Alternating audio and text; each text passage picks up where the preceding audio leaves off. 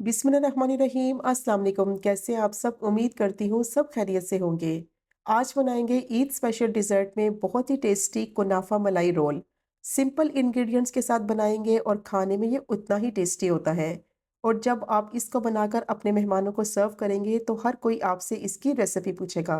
तो बस वीडियो को आपने स्किप नहीं करना, एंड तक देखना है ताकि रेसिपी का कोई भी पार्ट आपसे मिस ना हो। और अगर आपको रेसिपी पसंद आए तो चैनल को भी ज़रूर सब्सक्राइब करें। तो चलिए शुरू करते हैं इसको बनाना।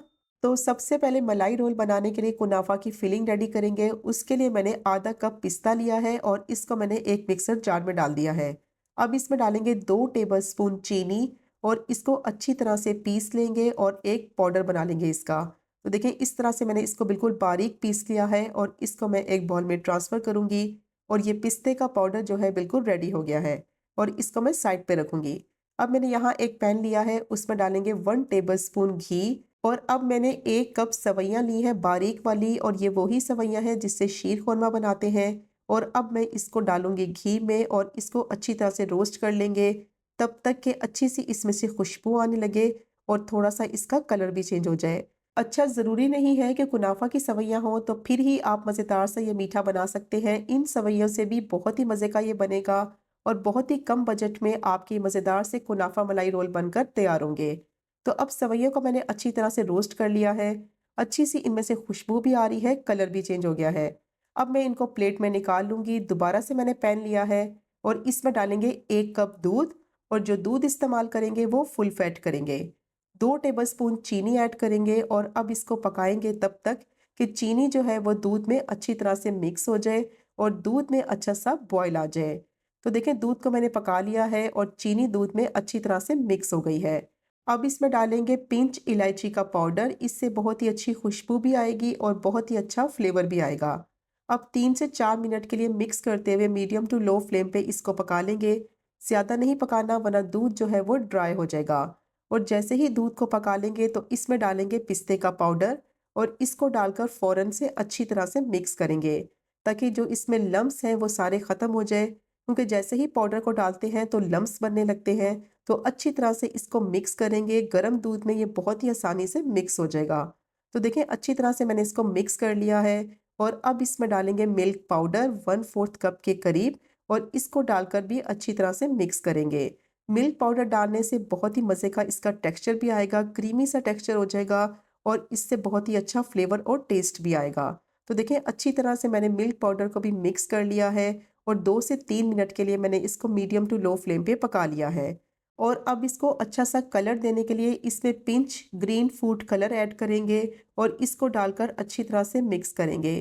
तो ये ऑप्शनल है, अगर आप डालना चाहें तो डाल दें, नहीं तो स्किप कर दें। अब इसको मैंने 3 से 4 मिनट के लिए पका लिया है और मिक्सचर थोड़ा सा गाढ़ा हो गया है, इससे ज़्यादा इसको गाढ़ा नहीं करेंगे। अब इसमें डालेंगे जो सवैयों को रोस्ट करके रखा हुआ था और इसको डालकर अच्छी तरह से मिक्स कर लेंगे। फ्लेम को मैंने बंद कर दिया है। फ्लेम बंद करके फिर सवैयों को ऐड करेंगे और इसको इतना मिक्स करेंगे कि ये एक डो फॉर्म में आ जाए, क्योंकि सवैयों को डालते ही मिक्सचर जो है वो गाढ़ा होने लगेगा और एक डो फॉर्म में आ जाएगा। तो अच्छी तरह से इसको मिक्स कर लिया है और ये एक डो फॉर्म में आ गया है और कुनाफा की फिलिंग जो है वो रेडी हो गई है। तो इसकी कंसिस्टेंसी देखें कितनी परफेक्ट बनी है। अगर इसको ज़्यादा पकने देंगे तो ये थिक हो जाएगा। अब इसको फ़ौरन से निकालेंगे प्लेट में और रूम टेम्परेचर पर अच्छी तरह से ठंडा होने के लिए रखेंगे। पैन में रहने देंगे तो ये ड्राई हो जाएगा, तो इसलिए फ़ौरन से इसको एक प्लेट में ट्रांसफ़र करेंगे और ठंडा कर लेंगे। अब दोबारा से एक पैन लिया है, उसमें डालेंगे 2 कप दूध और दूध जो इस्तेमाल करेंगे वो फुल फैट होना चाहिए।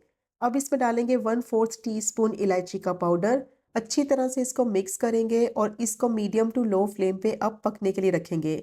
और साथ ही इसमें डाल देंगे 2 टेबलस्पून भर के चीनी, या फिर आप अपने टेस्ट के अकॉर्डिंग भी ऐड कर सकते हैं। तो अच्छी तरह से दोबारा से इसको मिक्स करेंगे और इसको इतना पकाएंगे कि चीनी दूध में अच्छी तरह से डिसॉल्व हो जाए और दूध थोड़ा सा गाढ़ा भी हो जाए। तो जब तक दूध पक रहा है इसके लिए एक मिक्सचर रेडी कर लेते हैं। तो उसके लिए मैंने एक बाउल लिया है, उसमें डालेंगे आधा कप ठंडा दूध और इसमें मिक्स करेंगे 1.5 टेबलस्पून कस्टर्ड पाउडर और इसको डालकर इतना मिक्स करेंगे कि इसमें कोई लम्स ना रहे। तो जब भी कस्टर्ड पाउडर को मिक्स करें तो ठंडा दूध इस्तेमाल करें, तो फ़ौरन से ये जल्दी से डिसॉल्व हो जाता है दूध के अंदर। तो मिक्सचर बिल्कुल रेडी हो गया है, इसको मैं साइड पे रखूंगी। अब दूध को चेक कर लेते हैं। दूध को पकते हुए 4 से 5 मिनट हो गए थे। दूध थोड़ा सा गाढ़ा भी हो गया है और चीनी भी अच्छी तरह से इसमें डिज़ोल्व हो गई है। अब कस्टर्ड का जो मिक्सचर बनाया था उसको मिक्स करेंगे दोबारा से और इसको फ़ौरन से ऐड करेंगे जो दूध पक रहा है उसके अंदर और फ़ौरन से इसको मिक्स करेंगे ताकि इसमें गुठलियाँ ना बने। तो अच्छी तरह से इसको मिक्स करना है और मीडियम टू लो फ्लेम पे इसको इतना पकाएंगे कि मिक्सचर जो है वो दूध का थोड़ा-सा थिक हो जाए। जैसे रबड़ी का फ्लेवर होता है बिल्कुल उसी तरह से इसका फ्लेवर आए। तो देखिए दूध को 5 से 6 मिनट तक अच्छी तरह से मैंने पका लिया है और इसकी कंसिस्टेंसी देखिए इस तरह से होनी चाहिए। थोड़ा-सा गाढ़ा हो गया है। अब इसमें डालेंगे कुछ कटे हुए बादाम और पिस्ते, तो जो आपको पसंद है नट्स आप वो भी ऐड कर सकते हैं। थोड़ा-सा इसको मिक्स करेंगे और ये मज़ेदार सा रबड़ी दूध जो है हमारा तैयार हो गया है। फ्लेम को ऑफ करेंगे और इसको ज़्यादा नहीं पकाना क्योंकि ठंडा होने के बाद ये मज़ीद गाढ़ा होगा। अब ये दूध रेडी हो गया है, इसको साइड पे रखेंगे।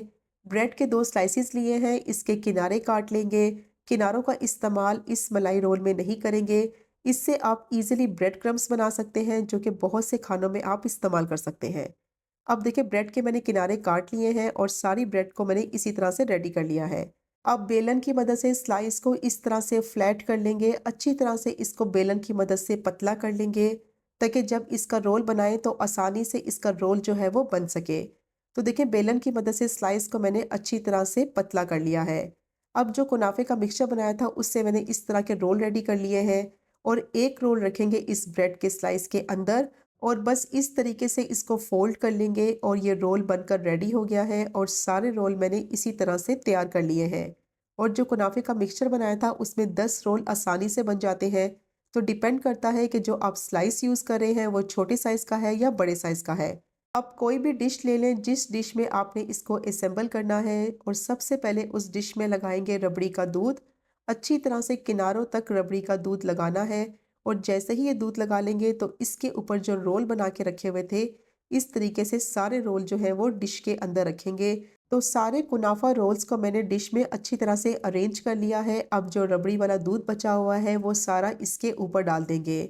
किनारों तक अच्छी तरह से ये रबड़ी वाला दूध डालना है ताकि ब्रेड उसको एब्जॉर्ब करे और बहुत ही अच्छा टेस्ट और फ्लेवर जो है वो ब्रेड के अंदर तक आए। तो सारा दूध मैंने डाल दिया है। अब इसको गार्निश करेंगे कुछ पिस्ते के स्लाइसेस के साथ। अब इसको कम से कम 2 से 3 घंटे के लिए फ्रिज में रखेंगे ताकि अच्छी तरह से ये ठंडा हो जाए। जितनी अच्छी तरह से इसको ठंडा करके सर्व करेंगे उतना ही टेस्ट और फ्लेवर आएगा। तो 2 घंटे के बाद इसको मैंने फ्रिज में से निकाला है और इसकी लुक चेक करें कितना यमी लग रहे हैं ये। बहुत ही टेस्टी मज़ेदार कुनाफा मलाई रोल जो है वो रेडी हो गए हैं और जब आप इसको बनाकर अपने मेहमानों को खिलाएंगे तो कोई भी यकीन नहीं करेगा ये आपने घर पर बनाए हैं और हर कोई आपकी तारीफ करेगा। तो ज़रूर ट्राई कीजिएगा ये मज़ेदार से ईद डिज़र्ट की रेसिपी को जो कि बनाने में बेहद आसान है और खाने में बहुत ही लाजवाब। और अगर आपको आज की वीडियो पसंद आए तो चैनल को सब्सक्राइब करें, वीडियो को लाइक करें और शेयर करें। इंशाल्लाह मिलेंगे अगले कुकिंग व्लॉग में फिर एक नई रेसिपी के साथ। तब तक मुझे अपनी ख़ास दुआ में याद रखें। अल्लाह हाफ़िज़।